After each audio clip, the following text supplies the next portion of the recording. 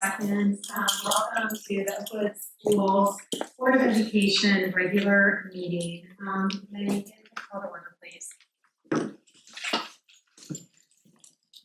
Yes. Ms. Kawhi. Here. Mr. Ryder Garcia. Here. Mr. Wilson. Here. Dr. Middleton. Here. And if you all please stand and join me in the pledge of allegiance. I pledge Allegiance to the flag of the United States of America and to the republic for which it stands, one nation, under God, indivisible, with liberty and justice for all. Thank you. And can I get a motion to adopt the agenda, please? So moved. Second. Ms. Connor? Mr. Wilson. Aye. Ms. Kawhi. Aye. Mr. Ryder Garcia. Aye. Dr. Middleton. Aye. And can I get a motion to approve the minutes? So moved. Second. Ms. Connor? Ms. Kawhi. Aye. Mr. Ryder Garcia. Aye. Mr. Wilson. Aye. Dr. Middleton. Aye. And that moves us on to item 2, reports and public comments. We'll start with 2A, superintendent report. You've got little faces here in the audience, which is gonna distract me, I think, for these next couple of minutes. For my superintendent report, I wanted to introduce a few people that will be bringing forward recommendations for employment, not in necessarily order of the agenda, but I'll be recommending the employment for Eileen Epley. I'm gonna read from the recommended action. Is that we're going to be recommending her as a special education supervisor on a 3-year administrator contract. And she's worked with Oakwood Schools since June 2021 as a physical therapist, earned a bachelor's in French and pre-physical therapy from Ohio University, and earned a master of physical therapy from Andrews University. I'm going to ask her to come to the podium and just share a few words.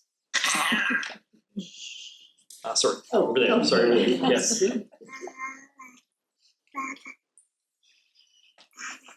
Thank you so much. I'm so incredibly grateful for this opportunity, and I really look forward to continuing to collaborate with our special education families, students, and staff. So thank you.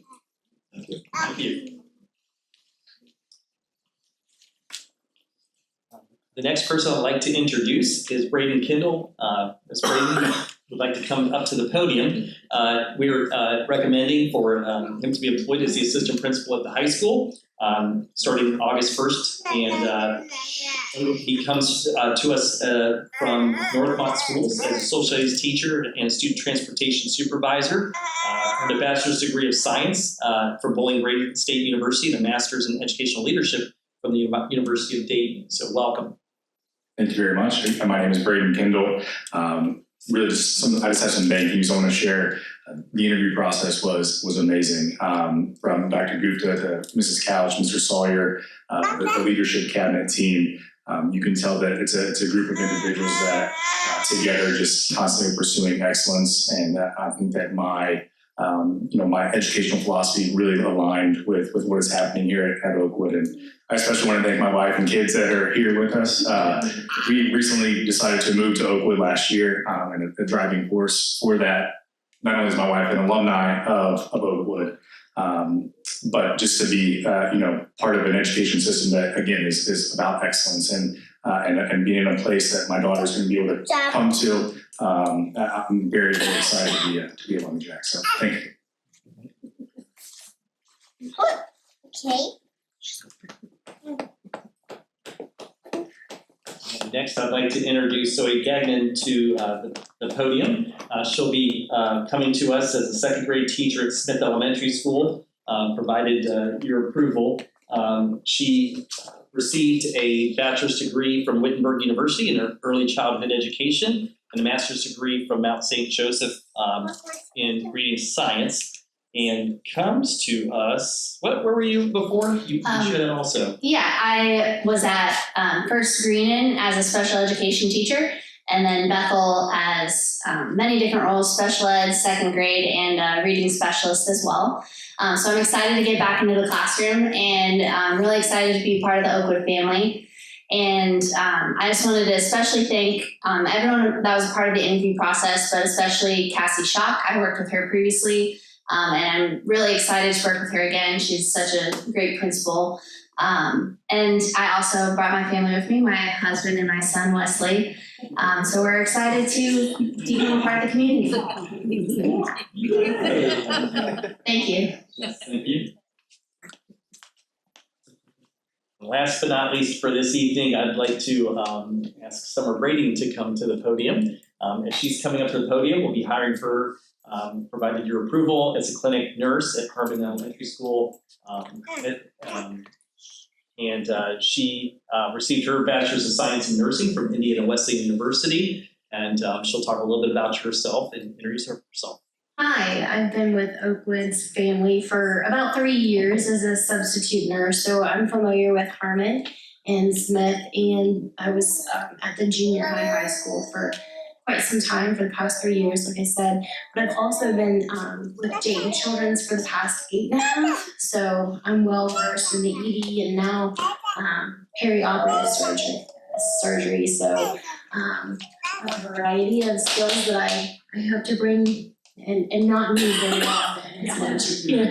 But I'm really excited. Thank you so much. Thank you.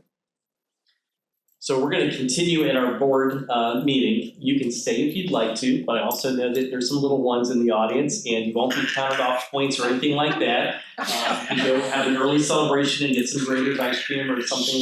You don't need to stay for the rest of the board meeting if you don't want to, but if you'd like to step out, I'm okay with it. Congratulations. Congratulations all.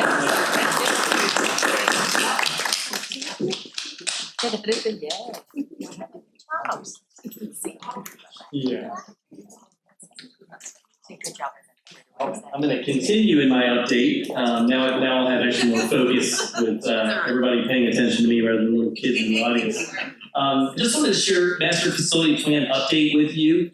As you know, in 2018, the committee went through a community-wide process to talk about what is the future of our schools for the next, 20 years or something. And it was a very in-depth, community-driven process that I was able to, kind of see from afar. As you know, in 2019, they went through phase 1 of the master facility plan to update targeted improvements to the junior high and high school with some improvements to Harmon and Smith. And then we found ourselves kind of in a new train tracks. On new tracks, we kind of talked about it with phase 2. What was originally intended for this 2020 last year was to have a bond and pass and begin targeted work at Smith and Harmon. And we found ourselves in a great spot to be able to have the ability to do full renovations at our 2 elementary schools at Smith and Harmon. And so I think really the conversation is that there are some community members that were, we might still kind of, I know for me, I would feel guilty of saying, well, how does that fit in with phase 3 and 4 of the master facility plan? And it took me a little while to kind of think about how does this new information, become a puzzle piece in kind of an old plan. And then I had to get over that fact that, the whole plan kind of like has to get updated. And so I'm not saying that we're going to do that right now or we're going to do that right away, but we just have to, I just want to at least call out that we, things have now changed because of that. We've seen some changes with the Ohio Facilities Construction Commission. And so what does that mean for the junior high and high school? We'll have to kind of figure that out.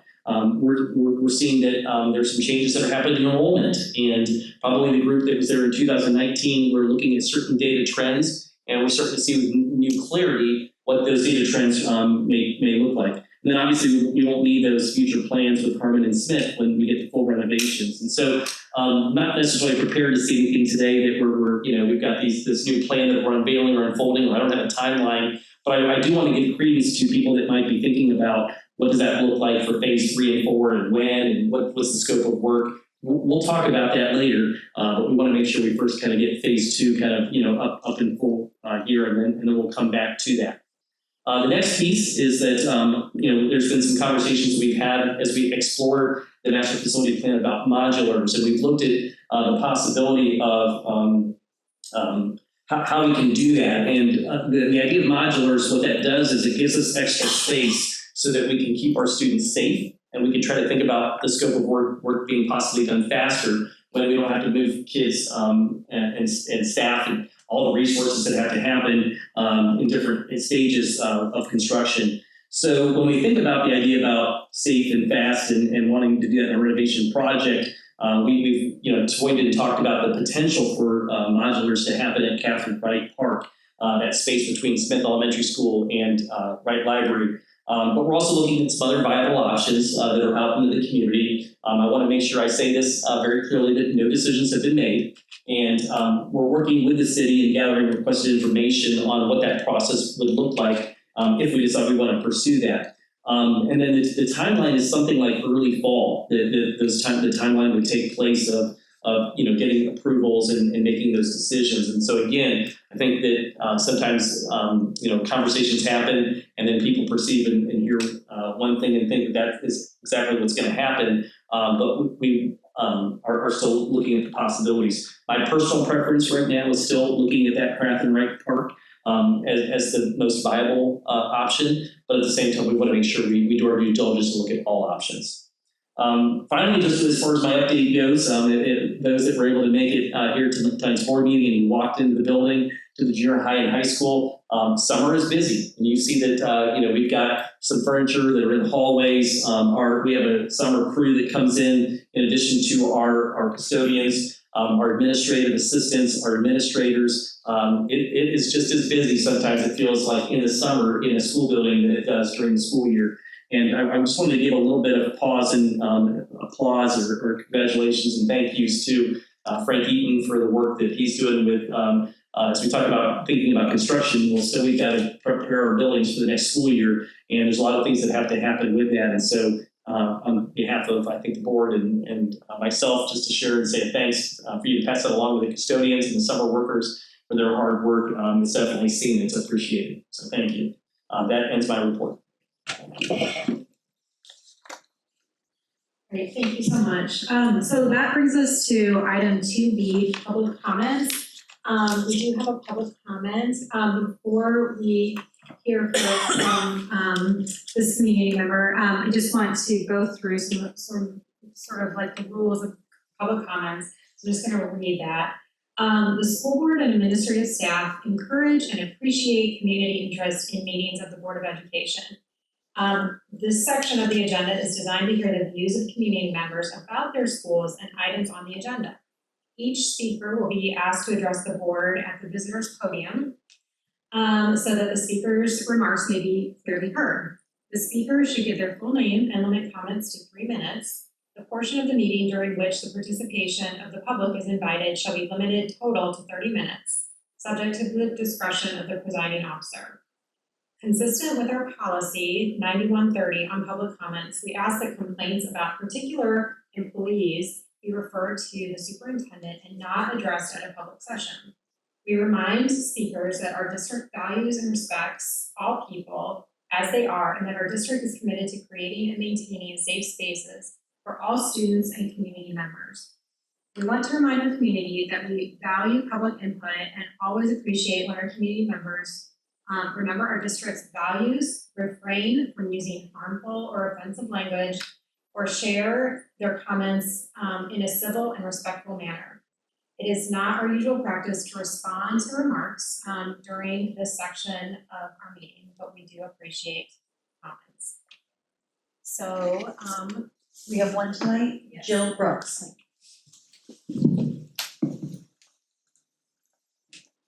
Good evening, my name is Jill Brooks, okay, I've only lived in Oakwood for 3 years, so when I was asked what was my topic is general.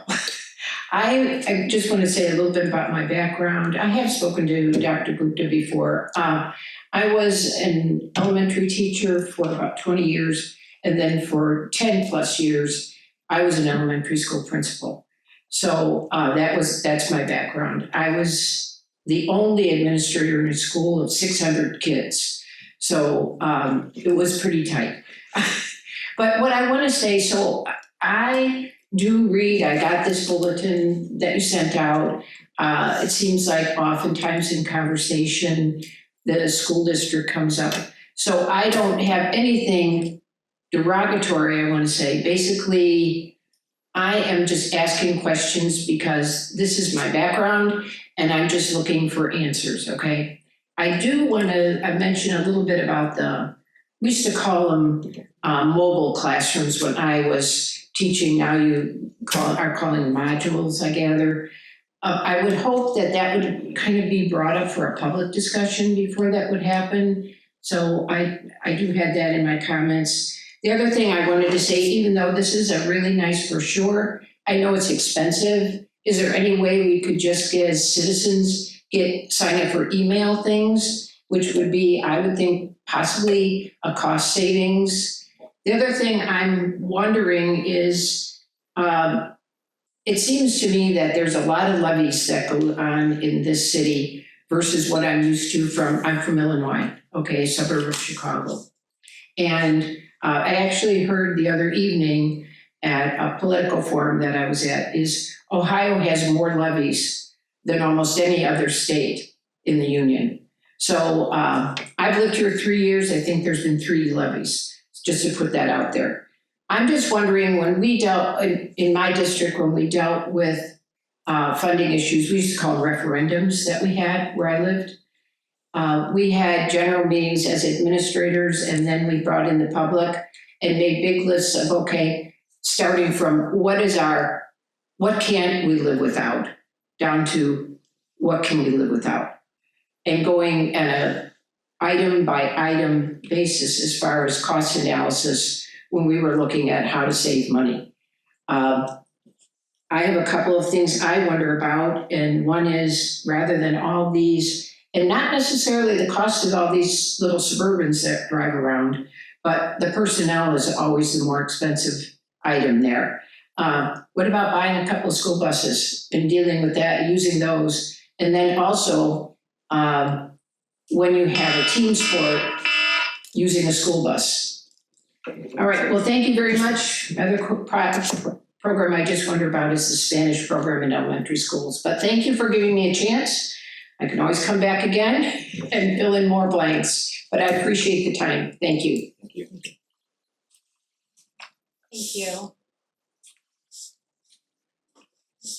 Thank you. You're welcome. Thank you. It's not an easy job being a school board member. Okay, so moving on to item 3, board reports. Are there any? And then item 4, budget and finance, and I'll pass that on to Ms. Sauber. Or, no, Ms. The other Laura. The other The first thing we have is just informational. It's the monthly financial report. I forgot to turn this on. There we go. It's the monthly financial report. Everything looks good, and that is again just for your information and ability to review. Going on to 4B, we have a then and now certificate, 2 as presented, and this will require a vote. Okay, great. Can I get a motion for item 4B, please? So moved. Second. Any discussion before we vote? Or before we, before we vote? Ms. Connor? Mr. Wilson, Aye. Mr. Ryder Garcia. Aye. Ms. Quad. Aye. Dr. Middleton. Aye. Thank you. 4, C, D, and E are all part of, actually, I'm gonna take that back. Well, all 3 of those are part of fiscal year end, so we're wrapping up this year end. 4C is transfers some from unclaimed funds and Rotary Fund to the general fund, is a transfer just for those accounts. And then 4D and 4E are the fiscal year certificate of estimated resources and appropriations. As we close this year, this is a compliance thing that we will be submitting tomorrow with the county auditor. Okay, can I get a motion to approve 4C and D, please? Actually, I think we're gonna take those You individually. wanna take them? Sorry, I'm sorry. No, I spoke that's out okay. loud, yes. That's good. Okay, so, rewind. Can I get a motion to approve item 4C, please? So moved. Second. Ms. Connor? Mr. Wilson, Aye. Ms. Quad, Aye. Mr. Ryder Garcia. Aye. Dr. Middleton. Aye. And then 4D is the certificate of estimated resources, so that is the money, the cash that we started last year plus the estimated revenue for this past school year. Can I get a motion to approve item 4D, please? So moved. Second. Any discussion on that? Okay, Ms. Connor? Mr. Ryder Christia? Aye. Mr. Wilson? Aye. Ms. Kawhi? Aye. Dr. Middleton? Aye. 4E is the appropriation, so again, this is the approval for the spending of our funds to cover bills through the end of the year, final appropriations, and again, the compliance piece with the county. Can I get a motion to approve item 4E, please? So moved. Second. Any discussion on this item? Ms. Connor? Ms. Kawhi? Aye. Mr. Ryder Garcia? Aye. Mr. Wilson? Aye. Dr. Middleton? Aye. 4F, this is the initial appropriation, so while we're closing up fiscal year 26, we are also opening up fiscal year 27, and this is giving us approval to start paying those bills starting July 1. Can I get a motion to approve item 4F, please? So moved. Second. Any discussion? Ms. Connor? Mr. Wilson? Aye. Mr. Ryder Garcia? Aye. Ms. Kawhi? Aye. Dr. Middleton? Aye. Next up, we have 4G. This is the permanent improvement levy renewal. And we're passing tonight the resolution of necessity. Great. Can I get a motion to approve item 4G, please? So moved. Second. Any discussion, questions? Ms. Connor? Ms. Kawhi? Aye. Mr. Wilson? Aye. Mr. Ryder Garcia? Aye. Dr. Middleton? Aye. And 4H, substitute pay rates, that's just updating those rates for this upcoming school year. Can I get a motion to approve item 4H, please? So moved. Second. Any comments, questions? Okay. Ms. Connor? Mr. Wilson? Aye. Mr. Ryder Garcia? Aye. Ms. Kawhi? Aye. Dr. Middleton? Aye. Okay, and that brings us to item 5. Is there any unfinished business by the board? Okay. Item 6, is there any new business by the board? All right, and that brings us to item 7, administrative reports and superintendent recommendations. Yes, number 7, letter A is just informational. It's a field trip. It's an annual field trip that our high school journalism students go to Orlando. It's for the Walworth Elite Weekend. Our journalism, our yearbook is starting to become a national yearbook with awards. Just to really appreciate the work and time and attention that Ms. Jackson and the students put into it. All the paperwork is in order, everything looks great, and I'm jealous. I want to go one day and just see what they get to do because they come back with some phenomenal ideas. That was just informational. 7B is a resolution to adopt an official cybersecurity program. It does fulfill obligations to be in accordance with state law. Can I get a motion to approve item 7B, please? So moved. Second. Any discussion? Ms. Connor? Mr. Ryder Garcia? Aye. Mr. Wilson? Aye. Ms. Kawhi? Aye. Dr. Middleton? Aye. And that brings us to item 8, personnel items, resignations, and non-renewals. Yes, I'll take number 8, letters A through D under one motion. Letter A is the resignation of Jimmy Donahue. Letter B is the resignation of Rachel Mullen. Letter C is the resignation of Todd Secchi. And letter D is the retirement of Diane Harris. Can I get a motion to approve items 8A through D? So moved. Second. Ms. Connor? Mr. Wilson? Aye. Ms. Kawhi? Aye. Mr. Ryder Garcia? Aye. Dr. Middleton? Aye. And that brings us to item 9, personnel items, recommendations. I'll take number 9, letters A through Y under one motion, except letter K. I'll go ahead and read them. Letter A is recommendation to amend the classified contract for Heather Little. Letter B is to approve a supplemental contract for Kara Lee for the 25-26 school year.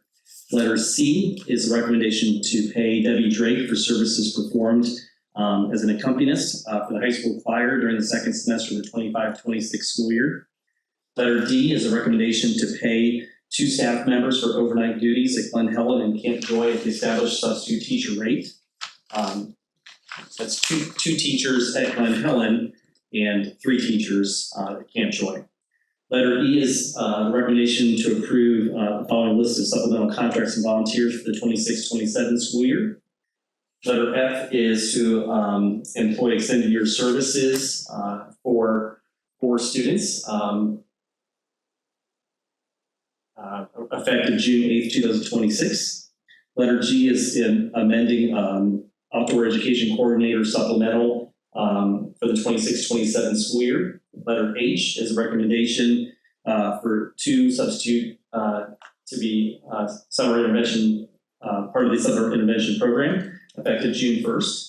Letter I is a recommendation made to improve unpaid leave for a staff member, Marion Sutliff, speech language pathologist at Smith Elementary. Letter J is the recommendation to approve the attached list of seasonal workers, effective May 21st. We're skipping letter K, we'll come back to that later. Letter L is a recommendation to renew contracts for classified personnel for the 26-27 school year. Letter M is the recommendation to revise FTE amounts for the 26-27 school year for the following part-time employee. Letter N is the recommendation to approve van drivers on an as-needed basis for the 26-27 school year. There are 5 individuals. Letter O is a recommendation to pay Ellie Baker from Montgomery County Youth Leadership Prevention. Letter P is a recommendation to employ Angela Bolin as .61 EL instructor and a master's step 19 for the 26-27 school year. Letter Q is for to employ Alan Golden as a .5 EL instructor at master's plus 15 at step 12. Letter R is a recommendation to employ Brianne Chavez Gettings as a .5 title rating and .5 intervention specialist at Smith.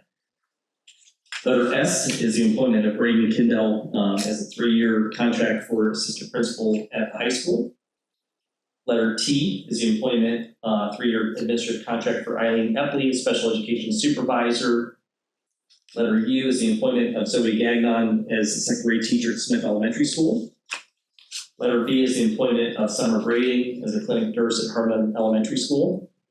Letter W is amending a certified contract for Megan Thomas for the 26-27 school year from 1 FTE to .6 for reading intervention at Lang. Letter X is the recommendation for attached list of stipends for extended responsibilities for the 26-27 school year. Letter Y is the recommendation for an administrative contract to Beth Morrissey for administrative responsibilities at Lang School. And that's it. Great, thank you. Can I get a motion to approve items 9A through Y, not K? So moved. Ms. Connor? Mr. Wilson? Aye. Mr. Ryder Garcia? Aye. Ms. Kawhi? Aye. Dr. Middleton? Aye. And now we'll come to letter K, which is a recommendation to approve the supplemental contract for Yusaku Kawai as a high school assistant boys soccer coach for the 26-27 school year. Great, thank you. Can I get a motion to approve item 9K, please? So moved. Second. Ms. Connor? Mr. Ryder Garcia? Aye. Mr. Wilson? Aye. Ms. Kawhi? Dr. Middleton? Great, thank you so much. Okay, so that brings us to item 10, which is executive session. So we will move into executive session for the purposes of considering the appointment, employment, dismissal, discipline, promotion, demotion, or compensation of a public employee or official. No decisions will be made by the board in executive session. So thanks for coming. Have a great weekend, Jen.